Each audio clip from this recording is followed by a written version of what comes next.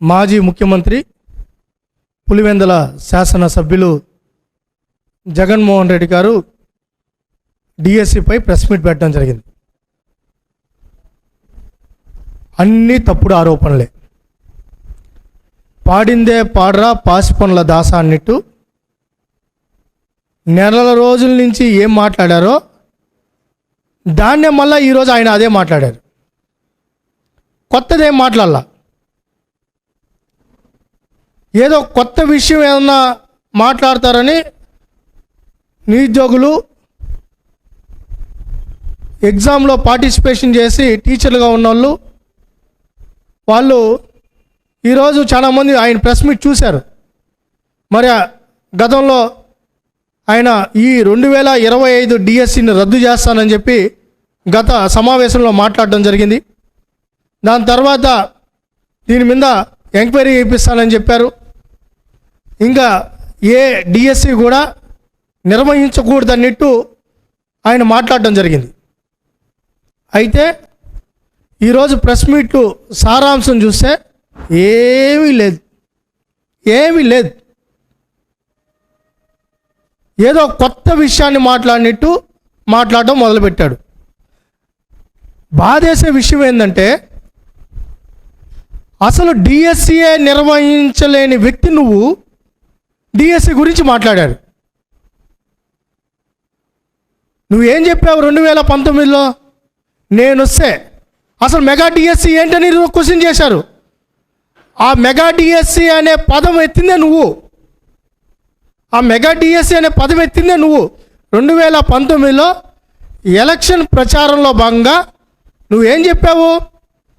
Mega డిఎస్సిని పెడతా, నేను అధికారంలోకి వస్తానని చెప్పి నువ్వే. తర్వాత నువ్వేం చేసావు? 22లో నీ విద్యాశాఖ మంత్రి అసెంబ్లీ సాక్షి ఏం చెప్పాడు? అసలు టీచర్ పోస్టులే ఖాళీగా లేనప్పుడు ఎలా డిఎస్సి పెట్టాలన్నారు.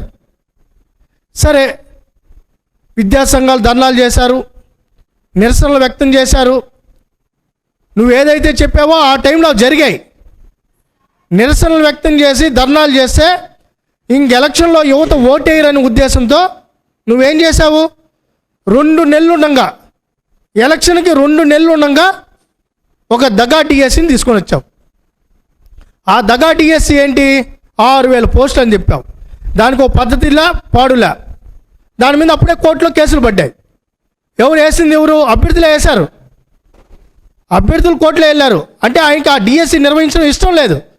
ఇష్టం లేకనే అలాంటి తూతూ మంత్రంగా న్యాలకి తీసుకునేదానికి కూడా పనికిరాని డిఎస్సిని తీసుకొని వచ్చాడు.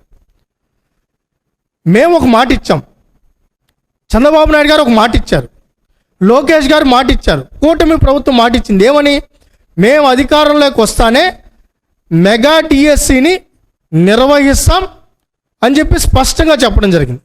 ఇచ్చిన మాట ప్రకారం అధికారంలోకి వస్తానే రేపు 12వ తారీఖు 2 సంవత్సరాలు పోతుంది. అదే రోజు మొదటి సంతకం 2 ఏళ్ళ ముందు సంతకం పెట్టడం జరిగింది. పెట్టిన సంతకం ఏదైతే ఉందో దానికి అనుగుణంగానే పద్ధతి ప్రకారం ఉన్న లీగల్ ఇష్యూస్ అన్నీ క్లియర్ చేసి నోటిఫికేషన్ విడుదల చేయడం జరిగింది. నోటిఫికేషన్ విడుదల చేసిన తర్వాత ఎక్కడా కూడా చిన్న తప్పిదానికి ఎక్కడ ఆస్కారం లేకుండా నోటిఫికేషన్ విడుదల చేయడం జరిగింది. ఆ జీవో నెంబర్ 77 ఏదైతే మేము ఇంప్లిమెంటేషన్ చేశామో ఆ ఇంప్లిమెంటేషన్ చేసిన జీవో నెంబర్ 77 కూడా గత ప్రభుత్వంలో జగన్మోహన్ రెడ్డి గారు తీసుకుని వచ్చిన జీవో నెంబర్ 77 అన్న విషయం కూడా ఆయనకి మర్చిపోయినాడంటే ఆయన ఏమనాలో మాకు అర్థం కాల. ఆ జీవో నెంబర్ 77 ప్రకారం నోటిఫికేషన్ కూడా ఇవ్వడం, తదనుగుణంగా కూడా ఇచ్చిన మాట ప్రకారం 16,000 పైచిలుకు పోస్టులకి భర్తీ చేయడానికి శ్రీకారం చుట్టాం. ఆ రోజు భర్తీ చేస్తున్న తరుణంలోనే అనేక కేసులు ఆయనే వేయించాడు. స్వయంగా మొన్న ప్రెస్ మీట్లో కూడా, ఈరోజు పెట్టిన ప్రెస్ మీట్ కాకుండా ఒక 10 రోజుల ముందు ఒక ప్రెస్ మీట్ పెట్టాడు. ఆయనే చెప్పాడు, పాత కేసులు వేసినట్టు కాదు, కొత్త కేసులు విధానం మీరు అన్నీ కలిపి కొత్తగా వేయండి అన్నారు. అంటే పాత కేసులు వేయించింది నేనే అని ఆయన స్వయంగా ఒప్పుకున్నారు. అంటే డిఎస్సిఏ నిర్వహించకూడదని కోరుకున్న జగన్మోహన్ రెడ్డి గారు ఈరోజు డిఎస్సి గురించి మాట్లాడుతున్నారు. నిరుద్యోగుల గురించి మాట్లాడుతున్నారు. మీరు అర్థం చేసుకోండి. అసలు డిఎస్సి మీద కేసులు వేసిన జగన్మోహన్ రెడ్డి గారు అండ్ బ్యాచ్ ఈరోజు డిఎస్సి గురించి మాట్లాడుతున్నారు. ఇది దుర్మార్గంగా కాదా? ఒక్క టీచర్ పోస్ట్ భర్తీ చేయని మీరు టీచర్ల గురించి మాట్లాడుతున్నారు. గ్రూప్ 1 గ్రూప్ 2 పోస్టుల్లో ఆటో డ్రైవర్లతో, క్లీనర్లతో, వాచ్మెన్లతో, అక్కడ క్లీన్ చేసే వాళ్ళతో కరెక్ట్ చేయించిన విధానం బహుశా మీకు ఏమన్నా కల్లో గుర్తొచ్చేటుంది. కల్లో గుర్తొచ్చి ఇవన్నీ మాట్లాడుతూ ఉన్నట్టున్నారు. లాస్ట్ 5 ఏళ్ళలో మీరు ఏం చేశారు? గ్రూప్ 1 అంటే ఏంటి? గ్రూప్ 2 అంటే ఏంటి? మీరు ఏం చేశారు గ్రూప్ 1ని? మేము అడుగుతున్నాను స్ట్రైట్ క్వశ్చన్. గ్రూప్ 1 మీరు ఎలా కరెక్షన్ చేశారో, మీరు ఏదైనా ప్రశ్నాపత్రాలు మూల్యాంకనం చేశారో మర్చిపోయినారు అనుకుంటున్నారా? ఎవరైతే ఉన్నారో కోర్టు ముట్టికాయలు కొడితే ఈరోజు వాళ్ళంతా మంచి హోదాలో ఉన్న వాళ్ళందరూ కూడా లూప్లో ఉన్నారు. ఎవరు పుణ్యవాణి? నీ పుణ్యవాణి, నీ చేతకాంతనం. నువ్వు చేతగాని ఒక్క పనేని సక్రమంగా చేయలేని నువ్వు డిఎస్సి గురించి మాట్లాడుతున్నావు. సిస్టమ్ సంవత్సరం రోజులు అయింది భర్తీ చేసి, దాదాపు సంవత్సరం అవుతుంది. వాళ్ళు టీచర్లుగా ఉన్నారు, వాళ్ళు మంచి పర్ఫార్మెన్స్ ఇస్తున్నారు, వాళ్ళ మీద ఈరోజు అభియోగం వేస్తున్నారు. ఆయన ఒక క్వశ్చన్ వేశాడు, ఏమని? నవీన్ అనే వ్యక్తి అవుట్సోర్సింగ్ కింద ఉన్నారు. ఆ నవీన్ అనే వ్యక్తి అవుట్సోర్సింగ్ కింద ఉంటే అతను ఏదో పేపరు లీక్ చేసేసాడు, తద్వారా ఆయనకి ర్యాంక్ వచ్చిందని ఫస్ట్ ఆయనే చెప్పాడు. మేము అడుగుతాం, అవుట్సోర్సింగ్ ఎంప్లాయీకి ఆథరైజేషన్ లేదు. స్పష్టంగా ఎడ్యుకేషన్ సెక్రటరీ గారు స్పష్టంగా చెప్తే కూడా మళ్ళీ దాని మీద మాట్లాడుతున్నారంటే వీళ్ళు ఏమనాలి? రాజకీయ దురుద్దేశం కాకపోతే ఏంటి? తర్వాత ఏమంటారు? ఫస్ట్ ర్యాంకర్కి ఎందుకు ఉద్యోగం వీలేదన్నారు, బాగానే ఉంది. తర్వాత అతను ఏదైతే ఉందో ఇంటర్వ్యూకి రాలేదంటే దాని మీద ఏమంటారు? ఇంటర్వ్యూకి రాకపోయినా ఉద్యోగం ఇచ్చింది అంటాడు. ఒక పక్క లీకేజ్ అని చెప్పిన వ్యక్తి మీరే. అతను మాస్ కాపింగ్, అతను ఏదైతే ఉందో నవీన్ అనే వ్యక్తి అవుట్సోర్సింగ్ కింద పనిచేస్తాడు, అతనికి పేపర్ అనేది తెలుసుకున్నాడు అని వీళ్ళే చెప్తారు. మళ్ళీ వీళ్ళేం చెప్తారు? అతను ర్యాంకరు, అతనికి ఉద్యోగం వీలేదంటారు. అంటే మీరు అర్థం చేసుకోండి, వేరే దుర్మార్గమైన ఆలోచన ఏంటంటే మసిగుడ్డేస్తే తుడుచుకోవాలి. నవీన్ అనే వ్యక్తి మీద స్పష్టత ఉందా మీకు? అసలు మేము సూటిగా అడుగుతున్నాం, ఉందా అని అడుగుతున్నాం. స్పష్టత లేకుండా గత 1.5 నెలల నుంచి ఇదే మాట్లాడుతున్నారు. దాని మీద ఈరోజు మళ్ళీ అనుమానకరంగా అందరిలో అనుమానం రేకెత్తిచ్చే విధంగా. జనరల్గా ఏమవుతుంది, ఇప్పుడు ఒక ఉద్యోగం ఉంటే ఒక 50 మందో 30 మందో 20 మందో దానికి అప్లై చేసుకుంటారు, ఎగ్జామ్ రాస్తారు, దాంట్లో 10 మందో 5 మందో క్వాలిఫై అవుతారు. ప్రతి ఒక్కరికి ఉద్యోగం వస్తుందనే కోరిక ఉంటుంది, దాన్ని మనం తప్పట్టేదానికిలా. ఇప్పుడు ఏంటి? రానోళ్ళని రెచ్చగొట్టాలి. ఇది వీళ్ళ కృతంత్రం. వీళ్ళేమో డిఎస్సీలా, వీళ్ళేమో టీచర్ పోస్టులు భర్తీ చేయాల. ఇప్పుడేంటి? ఏదో జరిగిపోయింది, ఏదో అయిపోయింది. మీరే గాడిదలు కాస్తున్నారా అని అడుగుతున్నాం, మేము సూటిగా అడుగుతున్నాం. సంవత్సరాలు ఏ గాడిదలు కాశారు, ఏ గాడిద కాశారో అని అడుగుతున్నాం. సంవత్సరాలు పట్టిందా మీకు ఈ విషయం? ఆ లిస్టులో ఉంది లేదని తెలుసుకోవడానికి సంవత్సరాలు పట్టిందా? నవీన్ అనే వ్యక్తి ఎగ్జామ్ రాశాడని సంవత్సరాలు పట్టిందా తెలుసుకునేదానికి? నవీన్ అనే వ్యక్తికి ఉద్యోగం ఇవ్వలేదనే విషయం సంవత్సరాలు పట్టిందా తెలుసుకునేదానికి? నిరుద్యోగులారా ఆలోచించండి. రెచ్చగొట్టే ఆలోచన తప్ప వీళ్ళు నిజాయితీగా వీళ్ళు ఏమన్నా ఉన్నారా? నిజాయితీగా ఉన్నారా అని అడుగుతున్నాం.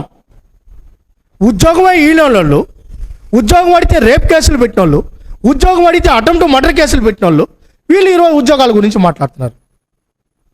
అయితే దాని తర్వాత స్పోర్ట్స్ కోటా గురించి మాట్లాడారు. మేము అడుగుతున్నాం సూటిగా,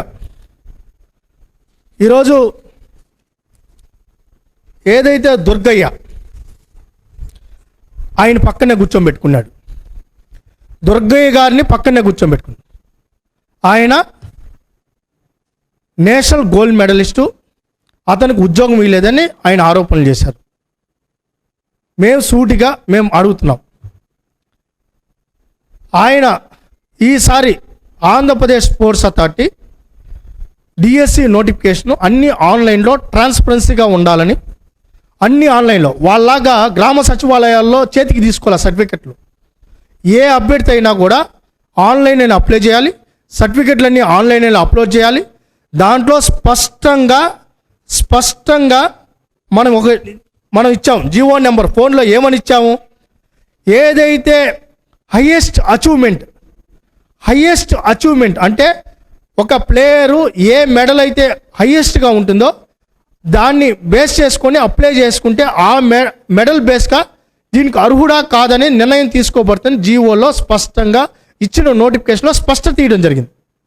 జీవో నెంబర్ 4 ప్రకారం దాంతోపాటు డిఎస్సిలో ఇచ్చిన నోటిఫికేషన్ స్పోర్ట్స్ కోటా కింద ఫస్ట్ ఏమని చెప్పాము, ఏదైతే హైయెస్ట్ మెడల్ అది ఒలింపిక్స్ కానీ, ఏషియన్ కానీ, కామన్వెల్త్ కానీ, నేషనల్ గేమ్ కానీ, ఖేలో ఇండియా గేమ్ కానీ, ఏ గేమ్ అయినా హయ్యెస్ట్ అచీవ్మెంట్ ఏదైతే మెడల్ ఉందో ఆ మెడల్ మీరు ఏదైతే అప్లై చేసుకుంటారో ఆ మెడల్ బేస్తేనే మీ ప్రక్రియను మొదలవుతుందని స్పష్టంగా ఇస్తే దుర్గయ్య గారు 2002లో హైదరాబాద్లో నిర్వహించిన నేషనల్ గేమ్స్లో గోల్డ్ మెడల్ తీసుకునింది ఆయన చెప్పారు, వాస్తవం. కానీ ఆయన ఏం అప్లై చేశారు, highest achievement senior national championship highest achievement. ఆయన national game gold medal apply చేయలా. ఆయన నేషనల్ గోల్డ్ మెడల్ నాది హైయెస్ట్ అచీవ్మెంట్, నేను గోల్డ్ మెడల్ సాధించాను నేషనల్ గేమ్స్లో, ఈ నేషనల్ గేమ్స్ సంబంధించి నాకు డిఎస్సిలో అర్హత ఉంది, నాకు ఉద్యోగం ఏంటని ఆన్లైన్లో ఆయన అప్లై చేయలేదు. దాని మీద మా ఎండి గారు, సెక్రటరీ గారు ఇప్పటికే స్పష్టంగా ప్రెస్ మీట్ పెట్టి అనౌన్స్ చేశారు. ఆయన అప్లై చేసిన అప్లికేషన్ ఇది. మా ఎండి గారు ఆల్రెడీ చూపించారు, మా సెక్రటరీ గారు చూపించారు. ఏమని అప్లై చేశారు, హైయెస్ట్ అచీవ్మెంట్ డీటెయిల్స్.